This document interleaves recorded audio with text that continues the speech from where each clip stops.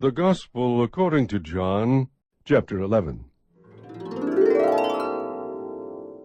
Now a certain man was sick, Lazarus of Bethany, the village of Mary and her sister Martha. It was the Mary who anointed the Lord with ointment and wiped his feet with her hair, whose brother Lazarus was sick. So the sister sent word to him, saying, Lord, behold, he whom you love is sick. But when Jesus heard this, he said, The sickness is not to end in death, but for the glory of God, so that the Son of God may be glorified by it. Now Jesus loved Martha and her sister and Lazarus. So when he heard that he was sick, he then stayed 2 days longer in the place where he was. Then after this he said to the disciples, Let us go to Judea again. The disciples said to him, Rabbi, the Jews were just now seeking to stone you, and you are going there again?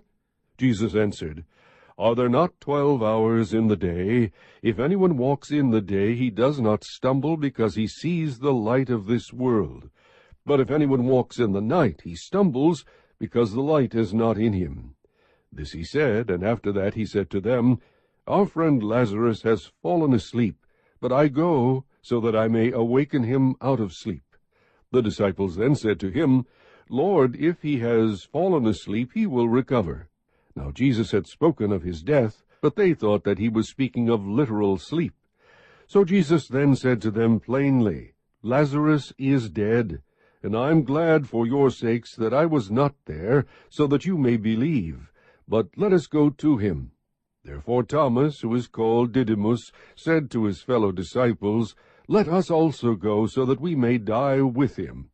So when Jesus came, he found that he had already been in the tomb 4 days. Now Bethany was near Jerusalem, about 2 miles off. And many of the Jews had come to Martha and Mary to console them concerning their brother. Martha therefore, when she heard that Jesus was coming, went to meet him, but Mary stayed at the house. Martha then said to Jesus, Lord, if you had been here, my brother would not have died. Even now I know that whatever you ask of God, God will give you.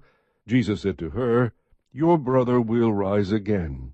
Martha said to him, I know that he will rise again in the resurrection on the last day. Jesus said to her, I am the resurrection and the life. He who believes in me will live even if he dies, and everyone who lives and believes in me will never die. Do you believe this? She said to him, Yes, Lord. I have believed that you are the Christ, the Son of God, even he who comes into the world. When she had said this, she went away and called Mary her sister, saying secretly, The teacher is here and is calling for you. And when she heard it, she got up quickly and was coming to him. Now Jesus had not yet come into the village, but was still in the place where Martha met him. Then the Jews who were with her in the house, and consoling her, when they saw that Mary got up quickly and went out, they followed her, supposing that she was going to the tomb to weep there. Therefore, when Mary came where Jesus was, she saw him, and fell at his feet, saying to him, Lord, if you had been here, my brother would not have died. When Jesus therefore saw her weeping, and the Jews who came with her also weeping, he was deeply moved in spirit, and was troubled, and said, Where have you laid him? They said to him, Lord, come and see. Jesus wept. So the Jews were saying, See how he loved him.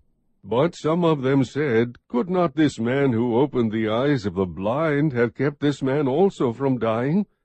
So Jesus, again being deeply moved within, came to the tomb. Now it was a cave, and a stone was lying against it.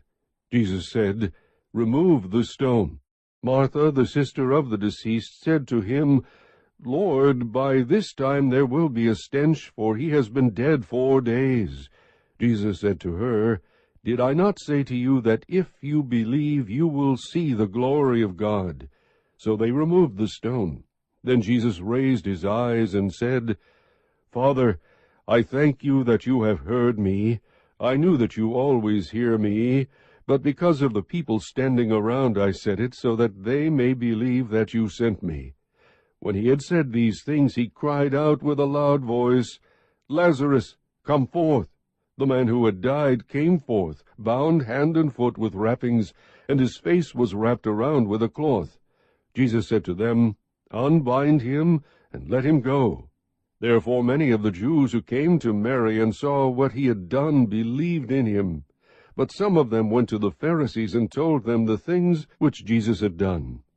Therefore the chief priests and the Pharisees convened a council, and were saying, What are we doing? For this man is performing many signs.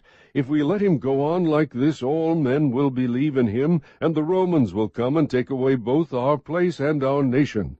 But one of them, Caiaphas, who was high priest that year, said to them, You know nothing at all, nor do you take into account that it is expedient for you that one man die for the people, and that the whole nation not perish.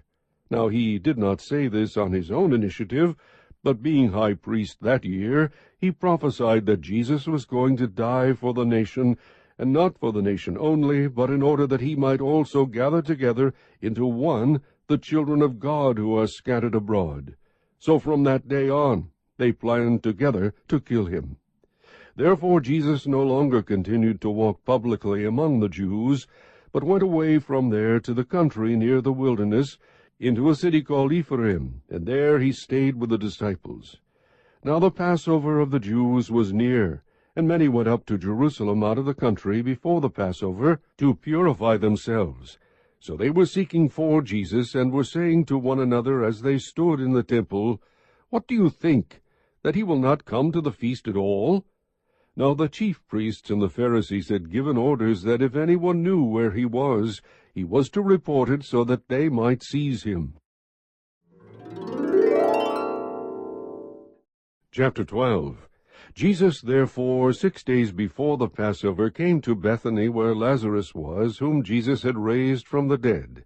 So they made him a supper there, and Martha was serving, but Lazarus was one of those reclining at the table with him. Mary then took a pound of very costly perfume of pure nard, and anointed the feet of Jesus, and wiped his feet with her hair. And the house was filled with the fragrance of the perfume. But Judas Iscariot, one of his disciples, who was intending to betray him, said, Why was this perfume not sold for 300 denarii and given to the poor people? Now he said this not because he was concerned about the poor, but because he was a thief, and as he had the money box, he used to pilfer what was put into it. Therefore Jesus said, Let her alone, so that she may keep it for the day of my burial. For you always have the poor with you, but you do not always have me. The large crowd of the Jews then learned that he was there, and they came, not for Jesus' sake only, but that they might also see Lazarus, whom he raised from the dead. But the chief priests planned to put Lazarus to death also, because on account of him many of the Jews were going away and were believing in Jesus. On the next day the large crowd who had come to the feast, when they heard that Jesus was coming to Jerusalem, took the branches of the palm trees, and went out to meet him, and began to shout, Hosanna! Blessed is he who comes in the name of the Lord, even the King of Israel. Jesus, finding a young donkey, sat on it, as it is written, Fear not, daughter of Zion, behold, your king is coming, seated on a donkey's colt. These things his disciples did not understand at the first, but when Jesus was glorified, then they remembered that these things were written of him, and that they had done these things to him. So the people who were with him, when he called Lazarus out of the tomb and raised him from the dead, continued to testify about him. For this reason also the people went and met him, because they heard that he had performed this sign. So the Pharisees said to one another, You see that you are not doing any good. Look, the world has gone after him. Now there were some Greeks among those who were going up to worship at the feast. These then came to Philip, who was from Bethsaida of Galilee, and began to ask him, saying, Sir, we wish to see Jesus. Philip came and told Andrew. Andrew and Philip came and told Jesus. And Jesus answered them, saying, The hour has come for the Son of Man to be glorified. Truly, truly, I say to you, unless a grain of wheat falls into the earth and dies, it remains alone. But if it dies, it bears much fruit. He who loves his life loses it, and he who hates his life in this world will keep it to life eternal. If anyone serves me, he must follow me, and where I am, there my servant will be also. If anyone serves me, the Father will honor him. Now my soul has become troubled, and what shall I say? Father, save me from this hour. But for this purpose I came to this hour. Father, glorify your name. Then a voice came out of heaven, I have both glorified it and will glorify it again. So the crowd of people who stood by and heard it were saying that it had thundered. Others were saying, An angel has spoken to him. Jesus answered and said, This voice has not come for my sake, but for your sakes. Now judgment is upon this world. Now the ruler of this world will be cast out. And I, if I am lifted up from the earth, will draw all men to myself. But he was saying this to indicate the kind of death by which he was to die. The crowd then answered him, We have heard out of the law that the Christ is to remain forever. And how can you say the Son of Man must be lifted up? Who is this Son of Man? So Jesus said to them, For a little while longer the light is among you. Walk while you have the light, so that darkness will not overtake you.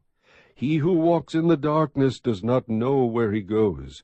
While you have the light, believe in the light, so that you may become sons of light. These things Jesus spoke, and he went away and hid himself from them.